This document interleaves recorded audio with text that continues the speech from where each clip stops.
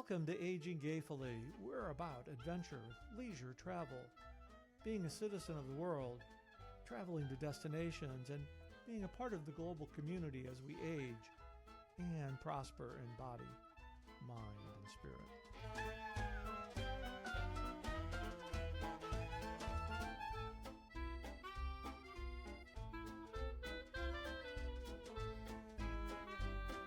Welcome to Aging Gayfully. I'm Josh. And I am Chris. Good day to Josh. Good day, sir. I have a question for you right off the bat here. Oh my God. It's early in the morning. Goodness. Are you ready and willing to sell your bowling trophies so that you can move out of the country? I don't know. While I do want to move, I don't know if I want to sell something that is meaningful to me like that. So I don't Yeah. know. I'd have to think about that. Why, pray tell, are you asking me this question? Well, Greg Louganis, Oh, the yes. the four-time Olympic gold medal winner and one-time silver medal winner, 65-year-old Greg Louganis. So He's just a he couple of years younger than me and a couple of he's in our years older than you. he's in our demographic. He has sold his medals, sold his house in California, many of his other possessions, and he is moving to Panama. Wow.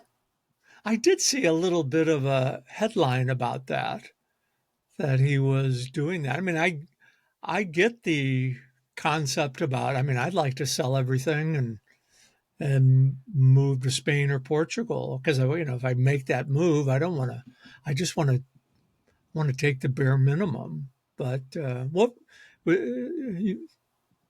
was there any other details relating to his move? Well, I looked around, and the only thing that I'm seeing that he's saying is that he's moving to a new country for a fresh start to rediscover himself without all the noise of whatever's going on. I haven't seen anything where he's getting very specific. Now, I can imagine because he has been an outspoken advocate um, for LGBTQ rights and also HIV/AIDS awareness. Um, I can imagine that's in no small part why he wants to move, but he's not expressly said anything that I could find. Now, listener, if you can find something that in a little news article tucked somewhere, I'd be happy to hear it. But he's just saying that he just wants to discover himself or rediscover himself or make a fresh start. Well, I certainly get that, but I think the underlying comments here is relating to the signs of the time that we're living in. Mm-hmm. And I think uh, most of us in the gay community are just a little bit concerned Yeah. uh, uh, where this Christian nationalism is going in America. And uh, you know, I don't know Greg Louganis. I don't. I certainly watched him in the Olympics, but seeing that he's kind of in the same age bracket, I mean, I kind of get it. A new start, a fresher start. Um, I don't know. I've been talking about moving to Spain for a few years now, and I've had some people say to me, "Well, just because you move doesn't change anything." And I thought, well, I don't know about that. I mean, I certainly get that you take yourself with you, but going to a new culture and living life differently, there's some excitement to that, especially if you're feeling um, uneasy about your current state. And I get that. There's days when I feel uneasy. Um, but each person has to do what they think is best for them. I saw something, getting my bald head remembering things here. I saw something recently with a friend on Facebook, and there was an announcement. Well, we're moving to moving to Portugal, and I thought, that that's that's another part of the dream. But what's the underlying reason these moves are happening? And I think for a lot of folks in the LGBT community, it's has somewhat to do with the uncertainty of what's going on in the American society. Yeah, it becomes difficult when you see that around the world there is a trend towards um, far right political, Authoritarian, authoritarian, fascist, however you want to however you want to say say it. it. Yeah. Um, Amanda and I would have long said, "Why wouldn't it be great to move to the UK?" But right now they've got, this political party called the Reform Party that is, I believe, what our Tea Party used to be. Not our Tea Party, the United States Tea Party, and then what that led into. So it starts to become a question of, well, where to move, where you can escape hate and escape human nature. Is there anywhere to move? I don't think so. I mean, there's certainly welcoming communities all throughout the world. I think the challenge is to find that welcoming community. And you could find a welcoming community right here in the United States. The challenge, I think, for a lot of people, no matter what side of the orientation fence that you're on, is trying to turn off the noise. Uh, how what is real versus what is embellished, and that's hard to decipher right now. I Well, mean, it's particularly hard since now you don't know if the video that you're seeing is a real person or a generated person. AI has a lot to AI and social media have a lot to do with this, but uh, I think that's it comes back to how society has changed. And I think you look back over history, that old adage, history does repeat itself. And oftentimes we're not paying attention and we're seeing right the obvious of what's happening in front of us. Oh, they're not going to do that. Well, I don't know. The National Guard's in Los Angeles. I think they're going to Chicago or in DC. I mean, I was fairly young in the 60s when that the riots were going on and the fear. I remember my parents being very fearful at that time, and how that transferred into us as kids. Oh, we need to go down to the Raskeller. That was, I love that word Raskeller. Well, it was the basement.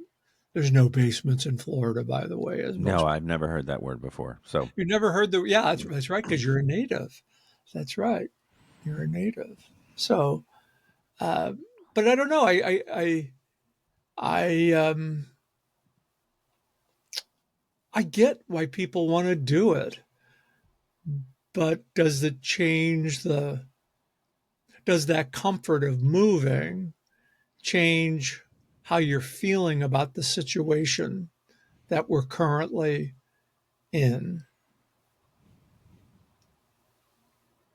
I don't know. I guess that's kind of for each person to decide what's best for them.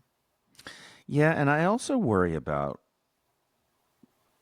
the trend for people who have the resources and ability to move out of an area, leaving the people who don't have the ability and resources to stay in that area. You know, a lot of times I hear people write off the state of Florida and say, "Oh, let's just cut Florida off." Excuse me. Let's just cut Florida off like an appendix and just, to hell with Florida, and everyone needs to get out of Florida. Well, if all the people who have some sort of ability to affect change in a society, especially if they were to band together as a group, if all of them had the means to move out of a place and all they left were the people in that place who didn't have the ability or resources to defend themselves, then you are abandoning your brothers and sisters and others in a situation that would be a lot worse than if you stayed and tried to support and tried to help and tried to fight. We are aligned in our thoughts there, but the I think the difference is, um, how do I want to say this? It, you know, People get to the point where they have to fend for themselves, and that balance of what's right for me versus what's Mm. right for the community is is challenging. And you're using Florida as a landscape. Oh, Florida has changed quite a bit in the last 20 some odd years. Oh, yes. It's not, there's, if you draw a line around Orlando, maybe a little south of Orlando, I mean, the demographics, the makeup, it's like almost two different states. And it's not, at least from my experience, it's not as friendly as it used to be. Mm-mm. No. It's interesting because we like to go to St. Petersburg a lot. It's a wonderful community. It's beautiful. It's right there on the water. It has a lot of what seems to me, as a visitor, as a tourist, a lot of progressive ideas. Very, very large stretch of the city. In fact, a street, and it escapes me what it's called, with a lot of shops and boutiques and restaurants that are owned by Walkable. people. Yeah, very walkable. But what I'm saying is this stretch of street, a large stretch of street, um, very LGBTQ saturated businesses and all that. Very lovely, and I worry about a place like that because I do feel like that is a an enclave that pretty soon, they're going to start to look at St. Petersburg and say, okay, now we need to start erasing some of the rainbow sidewalks here as well. Well, that's going on all across Florida. That's Yeah, that's this is what I'm happening. saying. It just Yeah, it's happened in happening here Gainesville. in Fort Lauderdale. Yeah, it just happened here in Gainesville where there was a crosswalk that they had them remove and paint over because it was a rainbow and somehow that's dangerous for traffic. Which, by the way, I saw a statistic that said that actually crosswalks like that tend to reduce accidents for whatever reason. Maybe people are paying more attention because the road in front of them is different or something. But this bullshit that, oh, we're doing this for safety reasons, get out of here. Get out of here. At least show enough creativity to come up with an explanation that works, that makes a little bit more sense. So, places like St. Pete that I think are lovely and very accepting and affirming, I worry for them in the state of Florida, as we're talking about how Florida is changing rapidly. Yeah, yeah. Well, I think the that concern goes across the board. Um, I don't know. There's so much change going on rapidly that you just kind of tend to wonder, where all this is going and who's. I never really thought about this until the last year or so, but who, when is somebody going to get hurt? Hmm. I mean, that's kind of the fear, and that's fear gay people have lived with most of their life. And then all of a sudden, there's a permission that it's okay. Well, it's not okay to hurt anybody.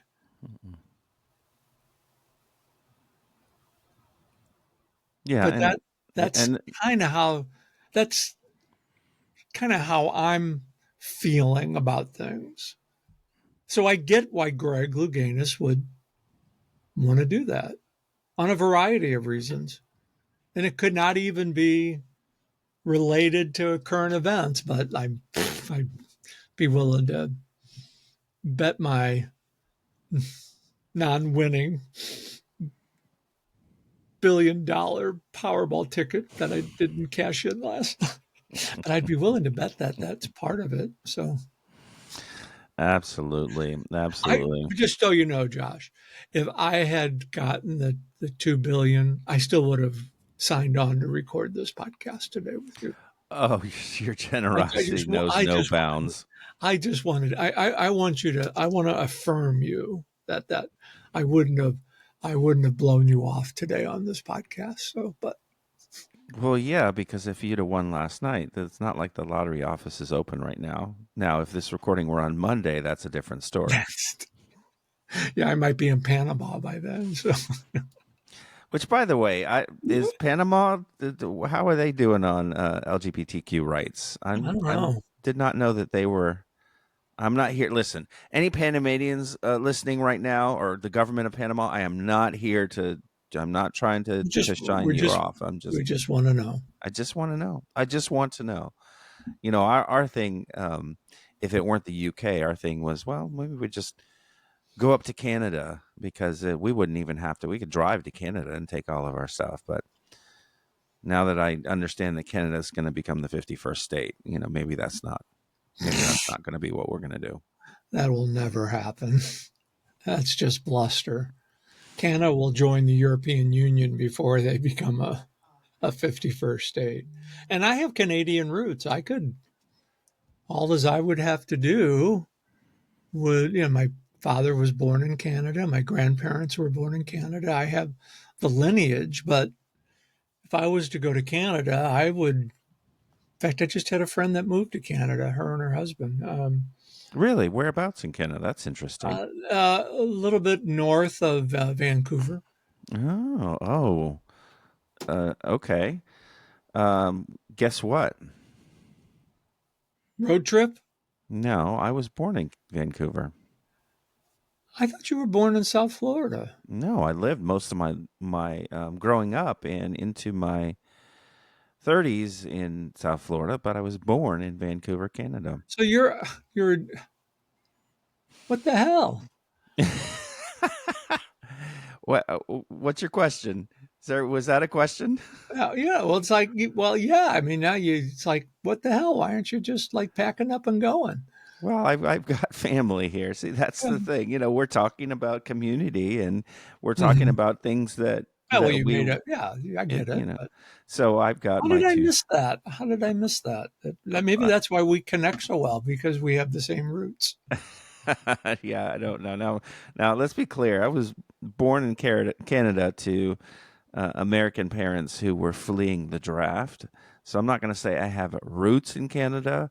It's just that that's where I happened to be plopped out onto the cement as I was in Canada. Um, but where you're born is where you're born. So I do have a Canadian birth certificate, and I'm sure that if I paid a few $1,000s to some law firm, they could sort out the citizenship for me. Easily. Well, it's the few $1,000s part, That's the $2,000 part. Yeah. That's the problem. But no, I looked into it, and in fact, one of my brother asked me a couple of months ago. He said, "Well, if you were going to pick up and move here in North America, where would you go?" And I said, "Well, I would most likely go west, um, but I'd also take a real close look at uh, British Columbia. Yeah. Yeah. I know it's quite expensive, but and we all have. I've always had this dreams of wandering and being a nomad, like I was when I was bowling 40 some odd years ago. I miss that. I just you say that, and I imagine you just wandering on a sidewalk. Who's that bald guy just walking up and down this sidewalk? Well, Someone see if he's okay. yeah, it's funny. Again, my conversation with my brother, we were talking about um, a friend of his who lost his wife. Hmm. And of course, I know these folks from 50, 60 some odd years ago, but we were talking about um, one of the things that he's doing is to walk every day. And he's Hmm. become obsessed by walking, you know, 30,000 steps a day. And I said, I had said, I'd love to walk 30,000 steps a day, but it'd have to be in Barcelona or Madrid or Yes, Rome or not on a I can't, treadmill. I can't walk 30,000 steps around my condo. It's like boring, but, but I could see doing that for sure. Sure, sure. Well, we'll see. We'll see if things come to a point where the smaller part of our family says, "Okay, it's time for us to hike up to Canada." But we have roots here, and I've got two Roots. adult sons who live here that I'm not anxious to move away from. So we will just see. And part of the point that I was making earlier is that, and that you made as well, is that community is so important, and community can take you through. In fact, might be the only thing that can take you through living in Well, tough times. I agree. I mean, it's, um, community is really what binds people together. And we have really the three pillars of life. We've got our family, our community, whether it's a church or whatever that part of that community that you're with, and your work environment. Those are kind of three pillars that really need to be. Well, I shouldn't say need. I said those are the pillars in life that we look for support. And if one of those is out of balance, then Mhm. you're out of balance. And that's for LGBT people, being a part of a community in the strictest sense, the LGBT community. There's kind of an understanding there, even though there's different personalities, different experiences, but there's an innate knowledge that we all share. And that's why it's so important to be connected with a supporting community. Mhm. Mhm. As I see a lot of debates about, um, uh, well, let's take an example of service-driven industries. Well, they don't want to. Well, they don't want to serve an LGBT client. Well, why would I want to go to somebody that didn't want to serve me? I mean, there's kind of like two sides of the coin there. I mean, I would rather know up front whether or not somebody wants to work with me or they have a prejudice. I'd rather get that up front out in the open now Mhm. rather than digging into whatever type of business professional relationship. There's a couple of uh, professional relationships that are about to evolve in my life. And I, I'm going to be right up front and ask them, are you comfortable working with LGBT seniors? Because I don't want to go through the hassle of wondering. And that's kind of what brings this full circle to this conversation about Greg Louganis is I've never really felt like I've had to ask that question to in professional settings until this past year. Yeah. And Yeah. if they're honest enough and say, well, no, I'm really not comfortable, then then we kind of part as friends because at least you've been upfront and honest instead of dragging something on. Yeah. Yeah. I don't know. Maybe I'm weird, but I have a nice community here with you on Yeah. Aging Gayfully. So, Well, hmm. we want to hear from the folks listening. We want the community out there to also let us know what you're going through and how you're dealing with it. And if you're going to move to a country, what What country would you country would move it to? be? Yeah. How can folks get in touch with us? They can email us at yesiam at aginggayfully.com. That's yes, I am at aginggayfully.com. And you can subscribe right here on YouTube to get updates on content that Josh and I are creating. And we've got some new content about to hit the airwaves about golden men and two very prominent LGBT authors that we're working with. And, we're just living the dream. Oh, yes. Living the dream. Every now and again, waking up with the night terrors, but it's okay. It's okay. It's okay. All right, Chris, until next time, you take it easy and you be safe and you get your steps in. Getting my steps in. You got it. Good seeing you, Josh. All right, bye.